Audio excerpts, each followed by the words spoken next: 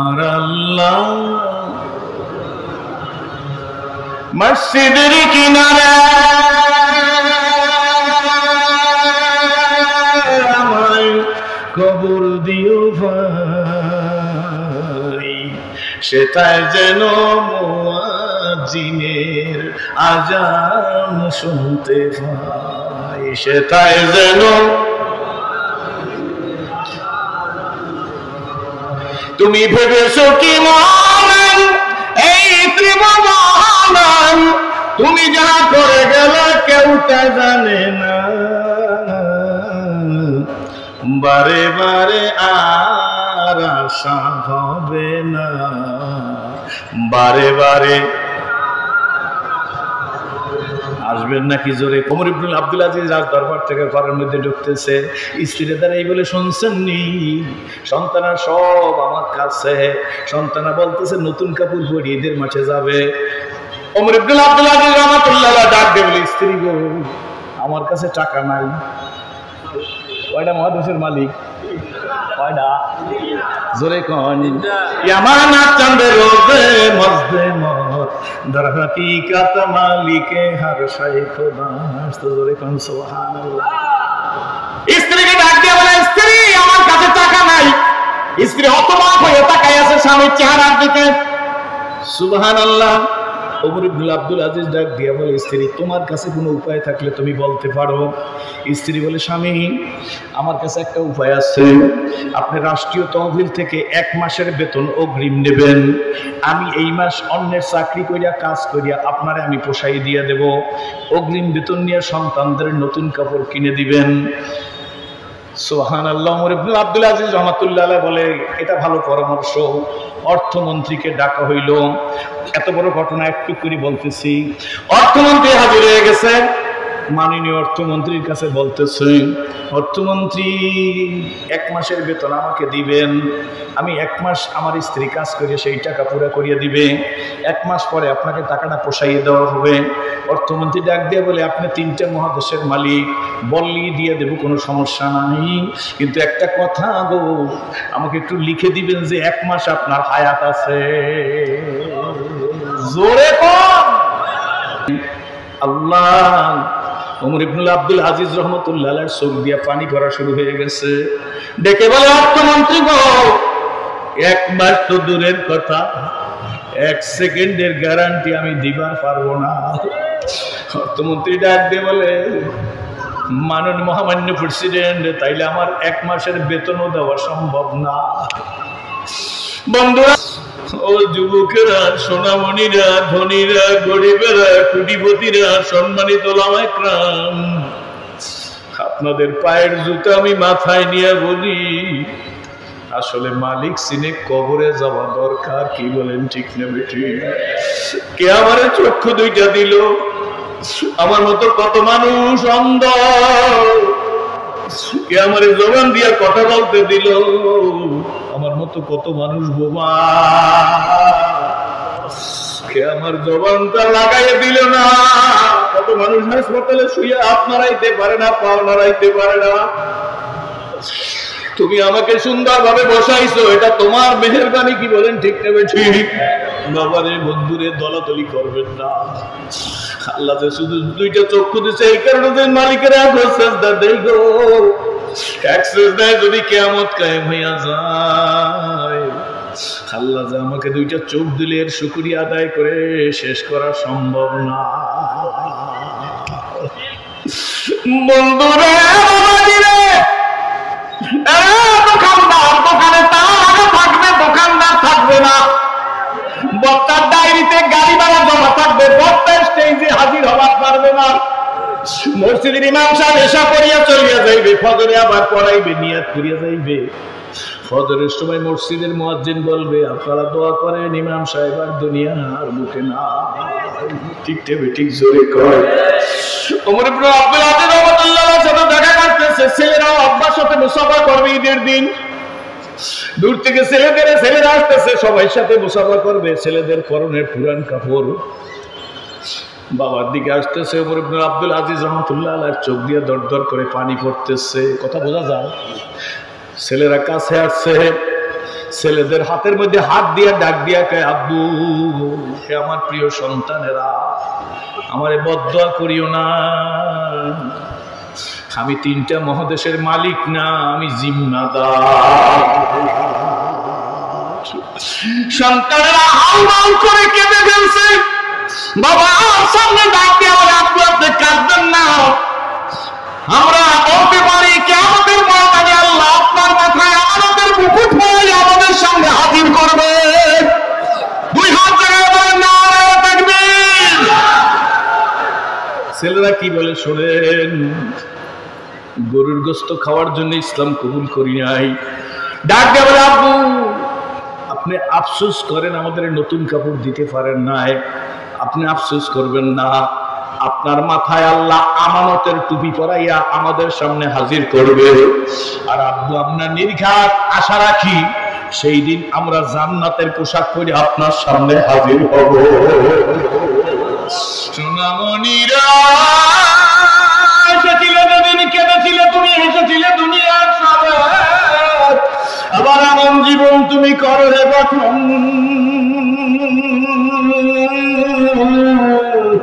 মরিলে হাসিবে তুমি কাঁদিবে ভুবন দোয়া বাবুদিয়ার মালে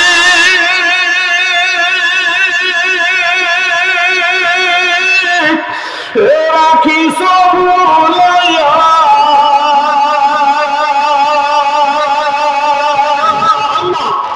কোন দিন জানি নিয়ে যাইবা ও বড় লোকেরা, কোন দিন জানি নিয়ে যাইবা ও সেরাজি, কোন দিন জানি নিয়ে যাইবা ওই মসজিদের পালকিতে সাজাইয়া রে বাড়িয়ালা নাই রে বাড়ি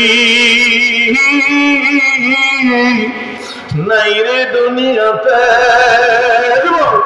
হবে না মারি না মসজিদের মাইকেতে।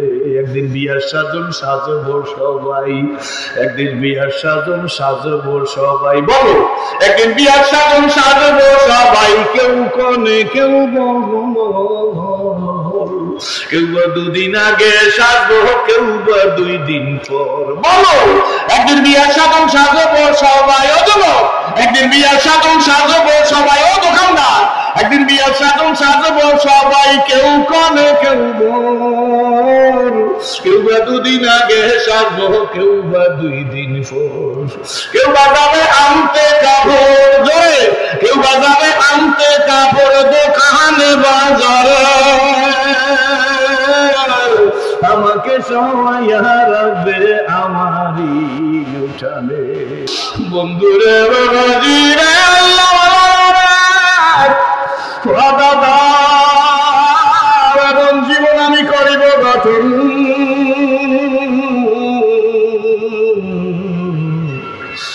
মরিলে হাসিব আমি কাঁদিবে ভুবন। সময় অনেক কম, মুরব্বীদের দাঁড়াইতে বলবো না। ও যুবক সোনামণিরা, আমার বন্ধুর মতো, আমার ছোট ভাইয়ের মতো, আমার সন্তানের মতো মনটা খুইলা দোয়া করবো।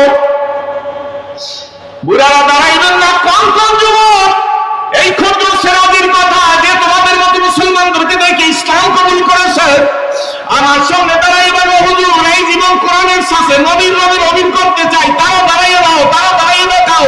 কোন কোন যুবক মানুষ মধ্যে দাঁড়িয়ে দেখাইতে পারবো ইনশাআল্লাহ, জীবনটাকে তৈরি করবো। চিৎকার মেরে বলেন আল্লাহ, হাত জাগাই রাখেন আল্লাহ। আমার এই সোনামণিগুলা সব আল্লাহ আমাদের আল্লাহ কিয়ামতের ময়দানে আল্লাহ নবীর কাতারে দাঁড়াইয়া জান্নাতে যাওয়ার তৌফিক দিয়ে দিও। কইসা পড়েন বন্ধুরা, যুবক সোনামণিরা, কারণে তোমার স্বামী রহমতে রসুলের চুলদারি পাকে নাই। ইয়া রাসূলুল্লাহ, তাহলে চুলদারি গুলা কেন পাকা শুরু হয়ে গেছে? আল্লাহ নবী ডাক দিয়া বলে, আয়েশা কোরআনের জন্য উহুদে যে মাইর খাইছি, এই মাইর আমারে বুড়া বানাই দিয়েছে। আল্লাহু আকবার। আল্লাহ নবী বলে, আমার যায়েদ বিন হারেসা আল্লাহ কয়েকবার বেহুশ হয়ে যাওয়ার পরে আমাকে কোলে করিয়া নিয়ে একটা উঁচা জায়গায়, আমার তখন হুঁশ নাই। যায়েদ বিন হারেসা আঙ্গুলের নখ দিয়া নবীর শরীরের মধ্যে যে পাথরের কুচি ঢুকছে, এই পাথরের কুচি টাইনা টাইনা বের করতেছে। আল্লাহর নবী বলে এমন সময় আমার হুঁশ ফিরে আসছে, আমার হাতটা জায়েদের গালের ঘাড়ের উপর। আল্লাহর নবী জায়েদের শক্ত করিয়া ধরিয়া বলে, জায়েদ কি করো? জায়েদ নবীজির দিকে তাকাই বলে, হুজুর ছেলেরা যে পাথরের কুচি মারছে গোশতের মধ্যে ঢুকে গেছে, ওই পাথরের কুচি চাইনা নখ দিয়া বের করতেছি। আল্লাহর নবী জায়েদকে বুকে লাগাই বলে, জায়েদ এত জোরে টান দিস না, আমার বুকটা ছিঁড়িয়া যাইতেছে। আল্লাহর নবী বলেন, এই কারণে আমার সেই বার্ধক্য এসে গেছে, শুধু তাই নয় সব। হুজুর তাইলে কি? আল্লাহর নবী ডাক দিয়ে বলে, কোরআন শরীফের বিভিন্ন আয়াতের মধ্যে যেইভাবে আল্লাহ পাক রব্বুল আলামিন জাহান্নামের বয়ান করছে, এই জাহান্নামের চিন্তায় চিন্তায় আমি রাসূলুল্লাহ বুড়ো হয়ে গেছি। আমার ভাইরা, নারায়ণগঞ্জের মানুষ, ত্যাগ তিতিক্ষার মানুষ, কোরআনের জন্য জীবন দেওয়া মানুষ, কি বলে ঠিক না ঠিক? আল্লাহ নবীর ডানে বামে সামনে পিছে আব্বুরা উপরে নিচে কোনো গুনাহ নাই। ওই নবী বলে, আয়েশা কোরআন শরীফের বিভিন্ন আয়াতের মধ্যে যেইভাবে আল্লাহ পাক জাহান্নামের বয়ান করছেন, এই জাহান্নামের চিন্তায় চিন্তায় আমি রাসূলুল্লাহ বুড়া হয়ে গেছি। নবী যদি এই কথা বলে তাইলে আমাদের কি করা উচিত ছিল? সুতরাং আসুন ওই নবীর দ্বীন ইসলাম তোর জমিনের মধ্যে টিকায় রাখার জন্য যদি জীবন দিতে হয়, কারা জীবন দিতে রাজি? হাত জাগাইয়া দেখান। সত্যি জোরে কন, হাত নাড়াই কন, সত্যি জোরে বলেন আল্লাহুম্মা আমিন। আব্দুল আজিজ মুহাদ্দিস দেওলভী রাহমাতুল্লাহ আলাইহির কাছে খ্রিস্টান পাদ্রী চলে গেছে, গিয়ে জিজ্ঞেস করে, শেখ জি সৈয়দি, আমি বাইবেল নিয়ে আসছি, আপনি কোরআন শরীফ নিয়ে আসেন। মারাত্মক কথা না? আব্দুল আজিজ মুহাদ্দিস দেওলভী রাহমাতুল্লাহ আলাইহি বলেন, কে তোমাকে বাইবেল নিয়ে আসতে বললো? তোমার সাথে তো আমার কোনো বহসের তারিখ হয় নাই। আমি কোরআন শরীফ নিয়ে আসবো, তা তোমার কথায় কেন নিয়ে আসবো? খ্রিস্টান পাদ্রী ডেকে বলে, হুজুর কোরআন শরীফ আনবেন না তাইলে কেমনে চলবে? আজকে তো সত্য মিথ্যার বহাস হবে। কিসের? মুখ খুলে বলেন, কিসের? সত্য মিথ্যার বহাস হবেন। স্বেচ্ছাসেবীরা কথা বলবেন না, হাতে কাজ করেন। আমার সময়ের মধ্যে আমি শেষ করার চেষ্টা করবো, আমার বেশি সময় দেওয়া লাগবে না, কারণ আমি ওই স্লিপ দিয়া পছন্দ করি না। সত্য মিথ্যার বহাস হবে বলতেছে খ্রিস্টান পাদ্রী। কারে বলতেছে? আব্দুল আজিজ মুহাদ্দিস দেওলভী রাহমাতুল্লাহ আলাইহি বলতেছে। আব্দুল আজিজ মুহাদ্দিস দেওলভী রাহমাতুল্লাহ আলাইহি বলে, সত্য মিথ্যার বহাস হবে কি দিয়ে? খ্রিস্টান পাদ্রী বগলের মধ্যে বাইবেল কি লাগাই আনছিল? কেমিক্যাল লাগাই আনছিল। কি করবে না? আগুনে দিলে জ্বলবে না। দুষ্ট লোকের মিষ্টি কথা ঘনিয়ে বসে কাছে, কথা দিয়ে কথা নিয়ে প্রাণে মারে শেষে। দুনিয়া কাসিয়া রে না দিদাম, আগার দিদাম মুফাদারি না দিদাম চন্দে খালি। হিকমতে ইউনানিয়া, হিকমতে ইউনানিয়া রাহাম্বো খা।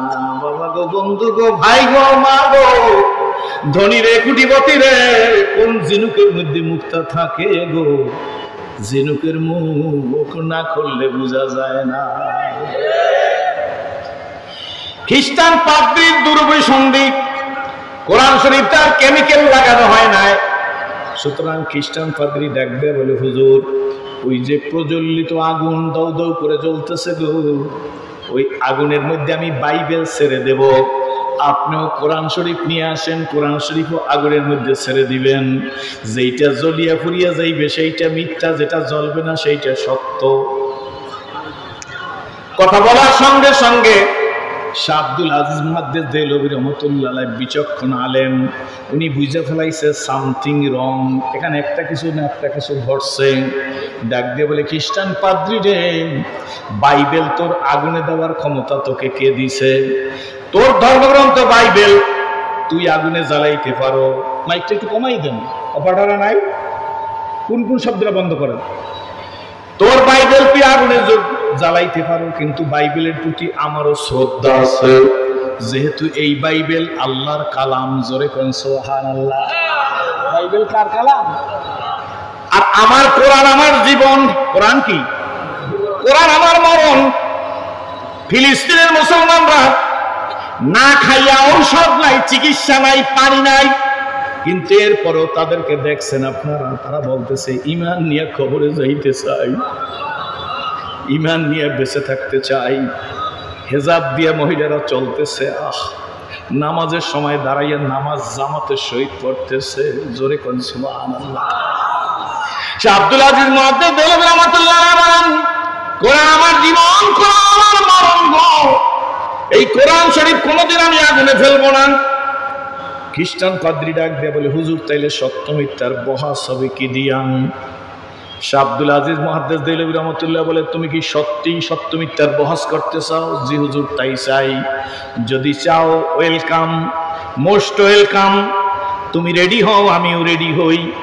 শাহ আব্দুল আজিজ মুহাদ্দিস দেওবন্দি রাহমাতুল্লাহ জামার হাতা কাছাইতেছে, তুমিও রেডি হও, আমিও রেডি হই।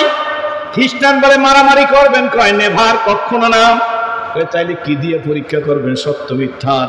বলে, বেটা তোর বাইবেল তুই তাকে রাখ, আমার কোরআন শরীফ আলমারির তাকিয়ে আছে, আমি কোরআন শরীফ নিয়ে আসবো না। তাহলে রেডি হইয়া কই যাইবেন গো?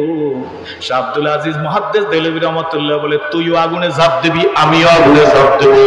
যে পুড়ে যাবে সেইটা মিথ্যা, যে বেঁচে থাকবে সে সত্য। চিৎকার করে বলেন নারায়ে তাকবীর। খুশি না বাজার? এবার খ্রিস্টান পাদ্রী অবাক হয়ে গেছে, আমি বাইবেলে কেমিক্যাল লাগাইলাম, শাহ আব্দুল আজিজ মুহাদ্দিস দেওবন্দি রাহমাতুল্লাহ কেমনে বুঝলো? আসলে তো হুজুরে বুঝে নাই যে বাইবেলে কোরআন কেমিক্যাল লাগাইছে। হুজুরের দিকে তাকাই আছে খ্রিস্টান পাদ্রী। শাহ আব্দুল আজিজ মুহাদ্দিস দেওবন্দি রাহমাতুল্লাহ বলে, কি ব্যাপার এমনি করে তাকাই আছো কেন? খ্রিস্টান পাদ্রী ডাক দিয়ে বলে, মাওলানা ইউ আর ভেরি ডেঞ্জারাস মাওলানা, জোরে কোন সুবহানাল্লাহ। হাজার শাহ আব্দুল আজিজ রাহমাতুল্লাহ বলে, আমি ডেঞ্জারাস হইলাম কি দিয়া? আমি বাইবেলে কেমিক্যাল লাগাইছি, তুমি বুঝলা কেমনে? শাহ আব্দুল আজিজ মুহাদ্দিস দেওবন্দি রাহমাতুল্লাহ বলে, তুই কেমিক্যাল লাগাইছো তা আমি জানি না, আমি গায়েব জানি না, কোনো পীর গায়েব জানে না, কোনো নবী রাসূলও গায়েব জানে না। কি বলেন ঠিক নেবে? জোরে কান।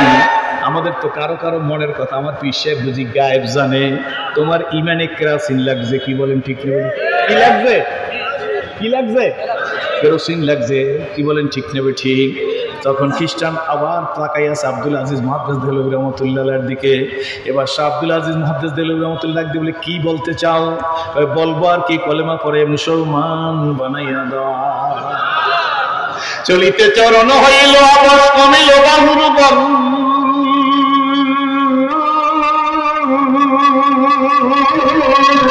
অতীত জীবন কাহিনী স্মরণে নয়নে ঝরিছে জল, জড়তা মগ্ন হইল রসনা, বাত নাই সরে মুখে, সকল সাহস কমিল আমার ভীতি ভরা শুধু বুকে। ও বাবা, ও মা, ও ভাই, ও বোন, ও বন্ধু, দলাদলিতে আমাদের ধ্বংস হইছে। দলাদলি করতে করতে আজকের মুসলমানদের অবস্থা এইখানে আইসে পশ্চিম। এখন ওয়াজ মাহফিলে পারমিশন লাগে, কিন্তু মমতাজের গানে কোনো পারমিশন লাগে না। জোরে বলেন ঠিক নেবে? ঠিক। দলাদলি করে জিতছি না ঠকছি? বেশি না কম ঠকছি? জোরে কন। কোন দলাদলি বুঝি না, মানুষ হইতে চাই, মুসলমান হইতে চাই। যুবক, স্কুল, কলেজ, ইউনিভার্সিটির ভাইরা, আল্লাহ, ওমর ইবনুল আব্দুল আজিজের নাম আপনারা শুনছেন নি? ওমর ইবনুল আব্দুল আজিজ তিনটা মহাদেশের জিম্মাদার। জোরে বলুন সুবহানাল্লাহ। কয়েকটা দেশ মিলাইলে কয় একটা মহাদেশ, কি বলেন ঠিক নেবে? ঠিক। তিনটা মহাদেশের জিম্মাদার। আমি জিম্মাদার শব্দ ব্যবহার করি, তিনটা মহাদেশের প্রেসিডেন্ট, মাননীয় প্রধানমন্ত্রী এই দেশের জিম্মাদার। কি বলেন ঠিক নেবে? ঠিক। মহামান্য প্রেসিডেন্ট মহোদয় এই দেশের জিম্মাদার। মাননীয় মেয়র মহোদয় নারায়ণগঞ্জের, এই নারায়ণগঞ্জের জিম্মাদার। কি বলেন ঠিক নেবে? ঠিক। মাননীয় জেলা প্রশাসক মহোদয় উনি জিম্মাদার। একজন কাউন্সিলর তিনি তার ওয়ার্ডের জিম্মাদার, ইউনিটের জিম্মাদার। কি বলেন ঠিক নেবে? ঠিক। আমরা কিন্তু মনে করি মালিক। শাহ আব্দুল আজিজ মুহাদ্দিস দেওবন্দি রাহমাতুল্লাহ আলাইহি তিনটা মহাদেশের মালিক। উনি ক্ষমতায় আসার আগে জেলখানা পরিপূর্ণ আসামিতে ভর্তি ছিল, কিন্তু উনি যেদিন ক্ষমতায় আসছে আস্তে আস্তে কয়েকদিনের মধ্যে জেলখানা পরিপূর্ণ খালি হয়ে গেছে। লোক খারাপ হয়েছে বেশি মনে হয় না ভালো হয়েছে? ওমর ইবনে আব্দুল আজিজ রাহমাতুল্লাহর সময় যাকাত দেওয়া লোক খুঁজে পাওয়া যাইতো না। জোরে কোন সুবহানাল্লাহ। টাউটবাট করে গাঁজাখোর পাওয়া যাইতো না, এখনো নারায়ণগঞ্জে পাওয়া যায় না। ইয়াবাখোর, গাঁজা, মরফেন, পেথিডিন, এরপরে নাকি জোতার গামও খায়। জোতায় লাগায় না গাম, ঠিক ঠিক জোরে কয়।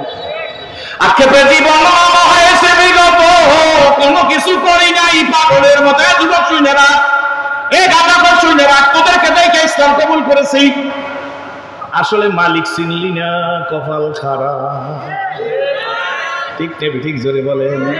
এই জন্য আমি বইয়ের মধ্যে লিখে দিছি, সময় কম, বইয়ের মধ্যে লিখে দিছি আক্ষেপে জীবন মম হয়েছে বিগত, কোনো কিছু করি নাই পাগলের মতো। ফুরিয়ে গেছে আয়ু অসারি কালা, কিনিবা যাহা ছিল কিনি নিজে হাই। স্কুল কলেজ ইউনিভার্সিটির ভাই, তুই ইংরেজি শিক্ষিত হবি তো ডক্টর শহীদুল্লাহর মতো হ।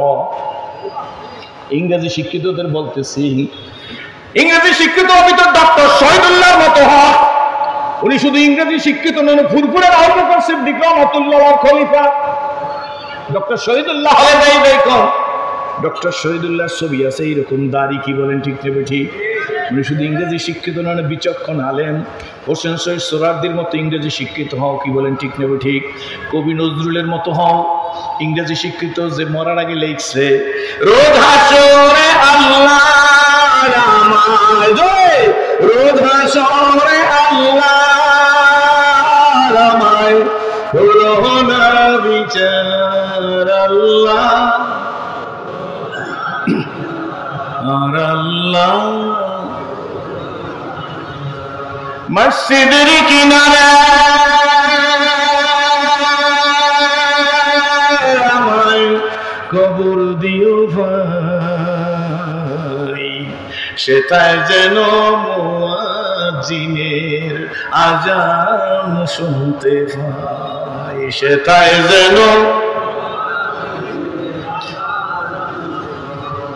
তুমি ভেবেছো কি মহান এই ত্রিভুবন, তুমি যা করে গেলে কেউ তা জানে না।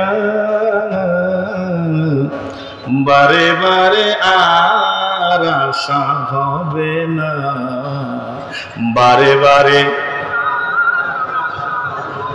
আসবেন নাকি জোরে কোন? তিনটা দেশের মালিক, জেলখানে আসামি নাই।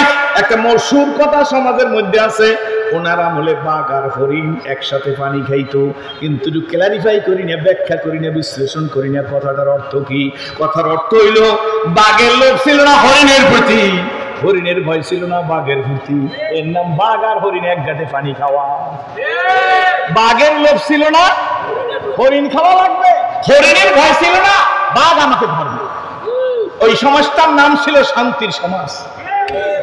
ঈদের কয়েকদিন আগে এক বর্ণনার 12 জন সন্তান একত্র হইয়া মায়ের কাছে আসছে। আব্দুল আজিজ ওমর ইবনুল আব্দুল আজিজ রাহমাতুল্লাহর স্ত্রীর কাছে আইসা বলতেছে, আম্মু আব্বুরে বলো এইবার ঈদের মাঠে আমরা নতুন কাপড় পরিয়া হাজির হব। In the meantime Omar ইবনুল আব্দুল আজিজ রাজ দরবার থেকে ঘরের মধ্যে ঢুকতেছে। স্ত্রীরা দ্বারা এই বলে শুনছেন নি, সন্তানা সব আমার কাছে। সন্তানা বলতেছে নতুন কাপড় পরে ঈদের মাঠে যাবে। ওমর ইবনুল আব্দুল আজিজ রাহমাতুল্লাহ ডাক দিয়ে বলে, স্ত্রী গো আমার কাছে টাকা নাই। কয়টা মহাদেশের মালিক? কয়টা? জোরে কন। ইয়ামানাত চাঁদে রোজে মজদে মত দর হাকিকত মালিকে হর শাই খোদা। জোরে কন সুবহানাল্লাহ। স্ত্রীকে ডাক দিয়ে বলে, স্ত্রী আমার কাছে টাকা নাই। স্ত্রী হতবাক হয়ে তাকায় আছে স্বামীর চেহারার দিকে। সুবহানাল্লাহ। ওমর ইবনে আব্দুল আজিজ ডাক দিয়া বলে, স্ত্রী তোমার কাছে কোনো উপায় থাকলে তুমি বলতে পারো। স্ত্রী বলে, স্বামী আমার কাছে একটা উপায় আছে। আপনি রাষ্ট্রীয় তহবিল থেকে 1 মাসের বেতন অগ্রিম নেবেন। আমি এই মাস অন্যের চাকরি করিয়া কাজ করিয়া আপনারে আমি পোষাই দিয়ে দেব। অগ্রিম বেতন নিয়ে সন্তানদের নতুন কাপড় কিনে দিবেন। সুবহানাল্লাহ। ওমর ইবনে আব্দুল আজিজ রাহমাতুল্লাহ আলাইহি বলে, এটা ভালো পরামর্শ। অর্থমন্ত্রীকে ডাকা হইল। এত বড় ঘটনা একটু করে বলতেছি। অর্থমন্ত্রী হাজির হয়ে গেছে। মাননীয় অর্থমন্ত্রীর কাছে বলতেছে, অর্থমন্ত্রী 1 মাসের বেতন আমাকে দিবেন। আমি 1 মাস আমার স্ত্রী কাজ করে সেই টাকা পুরো করিয়ে দিবে। 1 মাস পরে আপনাকে টাকাটা পোষাইয়ে দেওয়া হবে। অর্থমন্ত্রী ডাক দিয়ে বলে, আপনি 3টে মহাদেশের মালিক, বললি দিয়ে দেব, কোনো সমস্যা নাই, কিন্তু একটা কথা গো, আমাকে একটু লিখে দিবেন যে 1 মাস আপনার হায়াত আছে। জোরে কোন ওয়াজ করা সহজ, আমল করা কঠিন। কি বলেন, ঠিক তবে ঠিক? এখন তো বক্তারা নামাজ জামাতে পারে না, রাগ হইেন না, পীরেরা তো অনেক আছে, পড়েই না। কি বলেন, ঠিক নেবে ঠিক? পীরও তো কয়জন, কি বলেন, ঠিক নেবে ঠিক? ভাইজান বলার সময় নাই, সময় থাকলে বলতাম। আমার দিকে তাকাইয়ে থাকেন। আল্লাহ, ওমর ইবনে আব্দুল আজিজ রাহমাতুল্লাহ আলাইহির চোখ দিয়ে পানি পড়া শুরু হয়ে গেছে। ডেকে বলে, অর্থমন্ত্রী গো, 1 মাস তো দূরের কথা, 1 সেকেন্ডের গ্যারান্টি আমি দিবার পারবো না। অর্থমন্ত্রী ডাক দিয়ে বলে, মাননীয় মহামান্য প্রেসিডেন্ট, তাইলে আমার 1 মাসের বেতনও দেওয়া সম্ভব না। বন্ধুরা, সন্তানরা চলে গেছে, স্ত্রীর মনেও ব্যথা। আব্দুল আজিজ আল্লাহ, ওমর ইবনে আব্দুল আজিজ রহমাতুল্লাহ, তিনিও তো মানুষ, তার মধ্যেও কষ্ট। ঈদের দিন সবাই নতুন কাপড় পরে ওনার পিছনে নামাজ পড়লো। নামাজের পরে ওনার সাথে ওনার দেখা করার জন্য সবাই নতুন কাপড় পরে সাক্ষাৎ করতে যাইতেছে। ওয়াজ করতে লজ্জা লাগে। লোকেরা বলে, ইসলাম কবুল করছে, কবুল করছি, কিন্তু মুসলমান হইতে পারি নাই। আপনারা দোয়া করিয়া দিবেন, মালিক, সুরাতে মানুষ হইছি, আসলে মানুষ হইতে পারি নাই বাবা। ও যুবকেরা, সোনামণিরা, ধনীরা, গরিবেরা, কোটিপতিরা, সম্মানিত ওলামায়ে কেরাম, আপনাদের পায়ের জুতা আমি মাথায় নিয়ে বলি, আসলে মালিক চিনে কবরে যাওয়া দরকার। কি বলেন, ঠিক না বেঠিক? কে আমারে চক্ষু 2টা দিল? আমার মতো কত মানুষ অন্ধ। কে আমারে জবান দিয়া কথা বলতে দিল? আমার মতো কত মানুষ বোমা। কে আমার জবানটা লাগাইয়ে দিল না? কত মানুষ হাসপাতালে শুয়ে হাত নাড়াইতে পারে না, পাও নাড়াইতে পারে না। তুমি আমাকে সুন্দরভাবে বসাইছো, এটা তোমার মেহেরবানি। কি বলেন, ঠিক নেবে ঠিক? বাবারে, বন্ধুরে, দলাদলি করবেন না। আল্লাহ যে শুধু 2টা চক্ষু দিচ্ছে, এই কারণে যে মালিকের সেজদা দেই গো। এক সেজদায় যদি কিয়ামত কায়েম হইয়া যায়, আল্লাহ যে আমাকে 2টা চোখ দিলে এর শুকরিয়া আদায় করে শেষ করা সম্ভব না। বন্ধুরা, দোকানে তালা থাকবে, দোকানদার থাকবে না। বক্তার ডায়েরিতে গাড়ি ভাড়া জমা থাকবে, বক্তা স্টেজে হাজির হওয়া পারবে না। মসজিদের ইমাম সাহেব এসা করিয়া চলিয়া যাইবে, ফজরে আবার পড়াইবে, নিয়াত করিয়া যাইবে। ফজরের সময় মসজিদের মুয়াজ্জিন বলবে, আপনারা দোয়া করেন, ইমাম সাহেব আর দুনিয়ার বুকে না। ঠিক টেবে ঠিক জোরে কয়। ওমর ইবনে আব্দুল আজিজ রাহমাতুল্লাহর সাথে দেখা করতেছে। ছেলেরা আব্বার সাথে মুসাফা করবে ঈদের দিন। দূর থেকে ছেলেরা আসতেছে, সবাই সাথে মুসাফা করবে। ছেলেদের পরনের পুরান কাপড়। বাবার দিকে আসতেছে। ওমর ইবনে আব্দুল আজিজ রাহমাতুল্লাহ আলাইহির চোখ দিয়ে দরদর করে পানি পড়তেছে। কথা বোঝা যায়? ছেলেরা কাছে আসছে। ছেলেদের হাতের মধ্যে হাত দিয়া ডাক দিয়া কয়, আব্বু, হে আমার প্রিয় সন্তানেরা, আমারে বদদোয়া করিও না। আমি 3টা মহাদেশের মালিক না, আমি জিম্মাদার। সন্তানেরা হাউমাউ করে কেঁদে ফেলছে। বাবা সামনে ডাক দিয়ে বলে, আব্বু, আপনি কাঁদবেন না। আমরা বলতে পারি কিয়ামতের ময়দানে আল্লাহ আপনার মাথায় আমাদের মুকুট পরে আমাদের সামনে হাজির করবেন।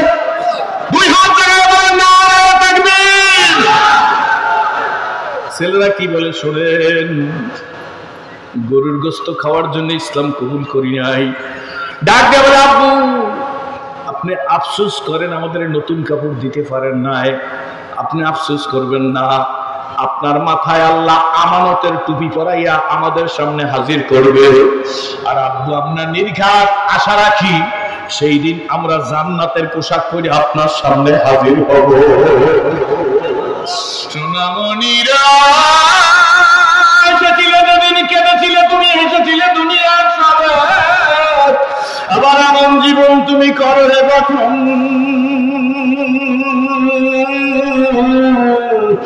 মরিলে হাসিবে তুমি, কাঁদিবে ভুবনওয়ালা দোয়া বাবুদিয়ার মালিক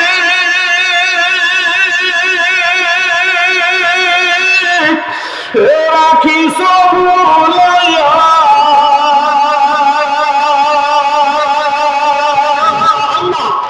কোন দিন জানি নিয়ে যাইবা ও বড় লোকেরা, কোন দিন জানি নিয়ে যাইবা ও সেরাজি, কোন দিন জানি নিয়ে যাইবা ওই মসজিদের পালকিতে সাজাইয়া রে বাড়িওয়ালা নাই রে বাড়ি, নাই রে দুনিয়াতে হবে না মারি না মসজিদের মাইকেতে। একদিন বিয়ার সাজন সাজবো সবাই, একদিন বিয়ার সাজন সাজবো সবাই, বলো একদিন বিয়ার সাজন সাজবো সবাই, কেউ কোনে কেউ কেউ বা দুদিন আগে সাজবো, কেউ বা 2 দিন পর, বলো একদিন বিয়ার সাজন সাজবো সবাই। ও যুবক একদিন বিয়ার সাজন সাজবো সবাই, ও দোকানদার একদিন বিয়ার সাজন সাজবো সবাই, কেউ কোনে কেউ কেউ বা 2 দিন আগে সাজবো, কেউ বা 2 দিন পর, কেউ বা যাবে আনতে কাপড় জোরে, কেউ বা যাবে আনতে কাপড় দোকানে বাজারে, আমাকে সবাই রাখবে আমারই উঠানে। ওদের যুদ্ধে 6 মাস পর, 6 মাস পর, 6 মাস পর হযরত জাবির ইবনে আব্দুল্লাহ, আব্দুল্লাহর ছেলে জাবের রহমতের নবীজির কিনারে গিয়ে বসছে। সাহাবীরা বসাম রহমতের রাসূলের কিনারে গিয়ে বসছেন। আল্লাহর নবী জাবেরের চেহারার দিকে তাকায় দেখে জাবেরের মুখখানা মলিন। রহমতের নবী আল্লাহ যিনি মুস্কি হাত দিলে পূর্ণিমার চাঁদ নবীজির চেহারার সামনে আর মাইনা যাইতো। রহমতের রাসূল ডাক দিয়েছে, জাবের আমার কাছে আসো। আল্লাহু আকবার। ওয়া ইন্নাকা লাআলা, বলে কোন সুবহানাল্লাহ। জাবের আয়েশা বলছে, আল্লাহর নবী ডাক দিয়ে বলে, জাবের গো তোমার মুখখানা বেজার কারণ কি? হযরত জাবের বলে, ইয়া রাসূলুল্লাহ বাবার কথা মনে পড়ছে, স্কুল কলেজ ইউনিভার্সিটির আব্বুরা শুনে রাইখা দাও। মাঝখান দিয়ে বললাম সব কথা তো ধারাবাহিকভাবে বলা যাবে না। জাবের ডাক দিয়ে, হুজুর 6 মাস আগে আব্বারে কবরে রাখছি, তাও মনে আছে 3 জনকে এক কবরে রাখছি। উহুদের যুদ্ধে আব্দুল্লাহ শহীদ হয়ে গেছে। আল্লাহ নবী বলেন, ঠিক আছে, তাই তুমি বেজার কেন? বাবার কথা মনে পড়ছে? জি হুজুর বাবার কথা মনে পড়ছে। আল্লাহ নবী বলে, যাবে তোমার বাবার ব্যাপারে এমন একটা শুভ সংবাদ শুনাইবো যা শুনলে তোমার মনে আর কোনো কষ্ট থাকবে না। আমি কি তোমাকে শুনাইবো? জাবের বলে, হুজুর কেন শুনাইবেন না? আমার আব্বার কথা, আব্বার কথা মনে করিয়াই তো মুখটা আমার বেজার। আল্লাহর নবী ডাক দেয়া বলে, জাবের তোমার বাবা জান্নাতের মধ্যে দৌড়াইতেছে। আল্লাহু আকবার। তোমার আব্বা জান্নাতের মধ্যে দৌড়াইতেছে। যাবে ডাক দিয়ে, হুজুর দিলের ভিতরে পেরেশানি। কি পেরেশানি? বাবা অনেক টাকা ঋণ রেখে গেছে। বাবা আমাদের পিছনে, আমরা সন্তান অনেক বেশি। বাবা বইলে গেছে, তোরা ঋণ পরিশোধ করতে চেষ্টা করবি, যদি না পারো গো রহমতের রাসূলের কাছে বলবি, তিনি কোনো না কোনো উপায় করে আমার ঋণ পরিশোধের ব্যবস্থা করিয়ে দেবে। ইয়া রাসূলুল্লাহ হাবিবাল্লাহ, আর একটা তামান্না নিয়ে আসছি গো। নবীজি বলে, কি বলবি বল, আমি তো চেহারা দেখে বুঝতে পারছি তুই কিছু বলবি। আব্দুল্লাহ ডাক দিয়ে বলে, হুজুর। জাবের ডাক দিয়ে বলে, হুজুর আব্বাকে যেদিন কবরে রাখছি 6 মাস হয়ে গেছে, 3 জনকে একত্রে কবরে রাখছি। আমার মন চায় আমার আব্বুরে কবর থেকে উঠাইয়া কনফিডেন্সটা কি, তাহলে বোঝা গেল সমাজ তার বাবা কবরে লাশ অক্ষত অবস্থায় আছে। আমার আব্বুরে কবর থেকে উঠাইয়া একটা আলাদা কবরে একাকে রাখতে ইচ্ছা করে। হুজুর আপনি তো তিনজনকে উহুদের যুদ্ধের দিন কবরে রাখতে বলছেন, আমি তিনজনকেই কবরে রাখছি আমার বাবা সহ। আমার আজকের মন চায় আমার আব্বারে উঠাই নিয়ে আলাদা একটা কবরে রাখবো। আল্লাহ নবী ডাক দিয়ে যাবেন, আমি অন্য কাউকে অনুমতি দিতাম না, তোমাকে অনুমতি দিলাম। তবে তোমার বাবার কবর কি তোমার চিনা আছে, চিহ্নিত করা আছে? কয় জি হুজুর। যাও তোমার বাবাকে আলাদা একাকে একটা কবরে রাখুন। হযরত জাবের রাদিয়াল্লাহু তাআলা বলে, দুনিয়ার মানুষ আমি আল্লাহ কসম করে বলতেছি, কবরের কাছে গিয়া মরুভূমি বালির মধ্যে কোদাল চিনেন নি আপনারা, কোদালের মতো আমার হাতটা বালির মধ্যে ঢুকাই দিছি। বালির মধ্যে এই পর্যন্ত ঢুকাই দিয়ে আমি প্রথম টান দিয়ে যে লাশটা আনছি, সেই লাশটাই দেখি আমার আব্বার লাশ। বাবার লাশটা বুকের উপর রাইখাম, বাকি দুইজনের লাশের উপর বালি টাইনা টাইনা দিয়ে আমি সুন্দর করে রাখতেছি, বাবাকে নিয়ে অন্য কবরে রাখবো। এমন সময় বালি দিয়া কবর দুইজনের কবর সংরক্ষণ করতেছি। আমি তাকাই দেখি আমার পেটের উপর গরম পানির মতো ফোঁটা ফোঁটা পড়তেছে। কি পড়তেছে আমি তাকাই দেখি, ওদের যুদ্ধের পরে আব্বাকে যেদিন কবরে রাখছি সেদিন আব্বার নাকটা কাটা ছিল। আব্বার নাক দিয়ে ওই দিন দর দর করে রক্ত টপ টপ করে পড়তেছিল। 6 মাস পরে আব্বাকে কবর খুঁজে উঠিয়ে দেখি আজও বাবার নাক দিয়ে টপ টপ করে রক্ত পড়তেছে। বন্ধুরে বাবাজিরে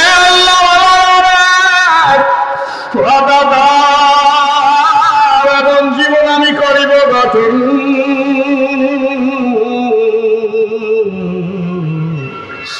মরিলে হাসিব আমি কাঁদিবে ভুবন। সময় অনেক কম, মুরব্বীদের দাঁড়াইতে বলবো না। ও যুবক সোনামণিরা, আমার বন্ধুর মতো, আমার ছোট ভাইয়ের মতো, আমার সন্তানের মতো মনটা খুইলা দোয়া করবো। বুড়ারা দাঁড়াইবেন না। কোন কোন যুবক এই ক্ষুদ্র সেরাদির কথা যে তোমাদের মতো মুসলমানদেরকে দেখে ইসলাম কবুল করেছে, আমার সামনে দাঁড়াইবেন, হুজুর এই জীবন কোরআনের সাথে নবীর অবিন করতে চাই, তারা দাঁড়াইয়ে দাও, তারা দাঁড়াইয়ে দেখাও। কোন কোন যুবক মানুষ মধ্যে দাঁড়িয়ে দেখাইতে পারবো ইনশাআল্লাহ, জীবনটাকে তৈরি করবো। চিৎকার মেরে বলেন আল্লাহ হাত জাগাই রাখেন। আমার এই সোনামণিগুলা সহ আল্লাহ আমাদের আল্লাহ কিয়ামতের ময়দানে আল্লাহ নবীর কাতারে দাঁড়াইয়া জান্নাতে যাওয়ার তৌফিক দিয়ে দিও। ওইসব বলেন বন্ধুরা, যুবক সোনামণিরা, কপাল যদি ভালো হয়, কি ভালো বলে বলেন, কি ভালো? কপাল যদি ভালো হয় ছোট্ট ঔষধে বড় বড় রোগ ভালো হইয়া যায়। কপাল যদি খারাপ হয় আব্বু ভেলোর মাদ্রাস সিঙ্গাপুর নিয়ে গেল লাশ হইয়া আসা লাগে। কি বলেন ঠিক না ঠিক? আল্লাহ রহমতের রসুলের চুলদারিদের একদিন আম্মাজান আয়েশা সিদ্দিকা ডাক দিয়ে বলে, আল্লাহ রসুল বয়স তো আপনার বেশি হয় নাই, চুলদারি পাকার বয়স হয় নাই, কিন্তু এত অল্প বয়সে আপনার চুলদারি গুলা কেন পাকা শুরু হইলো, কেন আপনার সাহেবা এসে গেল? বলার সঙ্গে সঙ্গে আল্লাহ নবীর 2 চোখ দিয়ে দর দর করিয়া পানি পড়তেছে। আম্মাজান ডাক দিয়ে বলে, আল্লাহ রসুল আপনি কাঁদেন। আল্লাহ নবী ডাক দিয়ে বলে, আয়েশা বয়সের কারণে তোমার স্বামী রহমতের রসুলের চুলদারি পাকে নাই। ইয়া রাসূলুল্লাহ তাহলে চুলদারি গুলা কেন পাকা শুরু হয়ে গেছে? আল্লাহ নবী ডাক দিয়া বলে, আয়েশা কোরআনের জন্য উহুদে যে মাইর খাইছি এই মাইর আমারে বুড়া বানাই দিয়েছে। আল্লাহু আকবার। আল্লাহ নবী বলে, আমার যায়েদ বিন হারেসা আল্লাহ কয়েকবার বেহুশ হয়ে যাওয়ার পরে আমাকে কোলে করিয়ে নিয়ে একটা উঁচা জায়গায়, আমার তখন হুঁশ নাই। যায়েদ বিন হারেসা আঙ্গুলের নখ দিয়ে নবীর শরীরের মধ্যে যে পাথরের কুচি ঢুকছে এই পাথরের কুচি টাইনা টাইনা বের করতেছে। আল্লাহ নবী বলে, এমন সময় আমার হুঁশ ফিরে আসছে, আমার হাতটা জায়েদের গালের ঘাড়ের উপর। আল্লাহ নবী জায়েদের শক্ত করিয়া ধরিয়া বলে, জায়েদ কি করো? যায়েদ নবীজির দিকে তাকাই বলে, হুজুর ছেলেরা যে পাথরের কুচি মারছে গোশতের মধ্যে ঢুকে গেছে, ওই পাথরের কুচি টাইনা নখ দিয়ে বের করতেছি। আল্লাহ নবী যায়েদকে বুকে লাগাই বলে, যায়েদ এত জোরে টান দিস না, আমার বুকটা ছিঁড়িয়া যাইতেছে।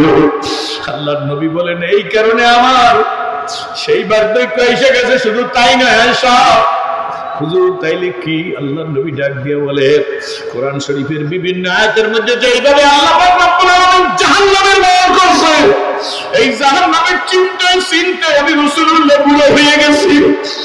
আমার ভাইরা, নারায়ণগঞ্জের মানুষ, ত্যাগ তিতিক্ষার মানুষ, কোরআনের জন্য জীবন দেওয়া মানুষ, কি বলে ঠিক না ঠিক? আল্লাহ নবীর ডানে বামে সামনে পিছে আব্বুরা উপরে নিচে কোনো গুনাহ নাই। ওই নবী বলে, আয়েশা, কোরআন শরীফের বিভিন্ন আয়াতের মধ্যে যেইভাবে আল্লাহ জাহান্নামের বয়ান করছেন, এই জাহান্নামের চিন্তায় আমি রাসূলুল্লাহ বুড়া হয়ে গেছি। নবী যদি এই কথা বলে তাইলে আমাদের কি করা উচিত ছিল? সুতরাং আসুন ওই নবীর দ্বীন ইসলাম তোর জমিনের মধ্যে টিকায় রাখার জন্য যদি জীবন দিতে হয়, কারা জীবন দিতে রাজি? হাত জাগাইয়া দেখান। সত্যি জোরে কন, হাত নাড়াই কন, সত্যি জোরে বলেন আল্লাহুম্মা আমিন। যদি অন্য সময় আসি প্রাণ খুলে কথা বলবো, যদি এই কথার উপর ঠিক অঙ্গীকার থাকে। একটু আগে আল্লাহর এক প্রিয় বান্দা আমার মহব্বত করিয়া তার স্ত্রীর কবরের কাছে নিয়ে গেছে। তার দুই ছেলে, তার এক ছেলে হজেও যাইবে, এক ছেলে না কে জানি, এক ছেলে হজেও যাইবে। কবরের কাছে নিয়ে গেছে, দেখি সবাই হাউমাউ করিয়া তার চোখ দিয়ে পানি পড়তেছে। 3 দিন আগেই মনে হয় কবরে রাখছে। দেখলাম, জিজ্ঞেস করলাম, সব কবর? কয় জি। বাবা, আমি জিজ্ঞেস করি, যার মা 10 বছর আগে মারা গেছে, মা যদি 10 বছর বাইসে থাকতো তারে খাওয়াইতেন কিনা? জোরে বলেন। এ বাবা, আপনার স্ত্রী গত 3 দিন আগে মারা গেছে, আর যদি 20 বছর বাইসে থাকতো এই সংসারে কাপড় চোপড় দিতেন কিনা? জোরে বলেন। আমি 40 বছরের বেশি সময় হয়েছে ঘরের দরজায় যে মা বইলা ডাক দিবার পারি নাই। আমি একেবারে গরিব না, দেশ বিদেশ থেকে যাই, কত ভালো ভালো জিনিস নিয়ে যাই ভাইজান, রসমালাই নিয়ে যাই, মিষ্টি নিয়ে যাই, আপেল নিয়ে যাই, নাশপাতি নিয়ে যাই। মনে মাঝে মাঝে বলি, যদি মুসলমান হইতো, আমি আলেম সন্তান, বক্তা সন্তান হিসাবে মার একটা রসমালাই পেরেসের মধ্যে নিয়া চামচ দিয়া কাইটা মায়ের মুখে দিয়ে বলতাম, তোমার ছেলে নারায়ণগঞ্জ থেকে রসমালাই নিয়ে আসছে। আমার সেই তকদিরই নাই, আমার আফসোসও নাই, বরঞ্চ শুইনা রাইকো সংক্ষেপ বললাম, যখন উযু করিয়া মালিকের দরবারে এই সিরাজি দাঁড়াইয়া যায়, আল্লাহর কসম করিয়া বলি, মনে হয় যেন গোটা দুনিয়ার রাজত্বটা আল্লাহ আমারে ভিক্ষা দিয়া দিছে। ওই মা কামাই, বাবা কামাই, আমি জানি না, আমার মা থাকলে যাইভাবে দোয়া করতাম, ওইভাবে দোয়া করবো।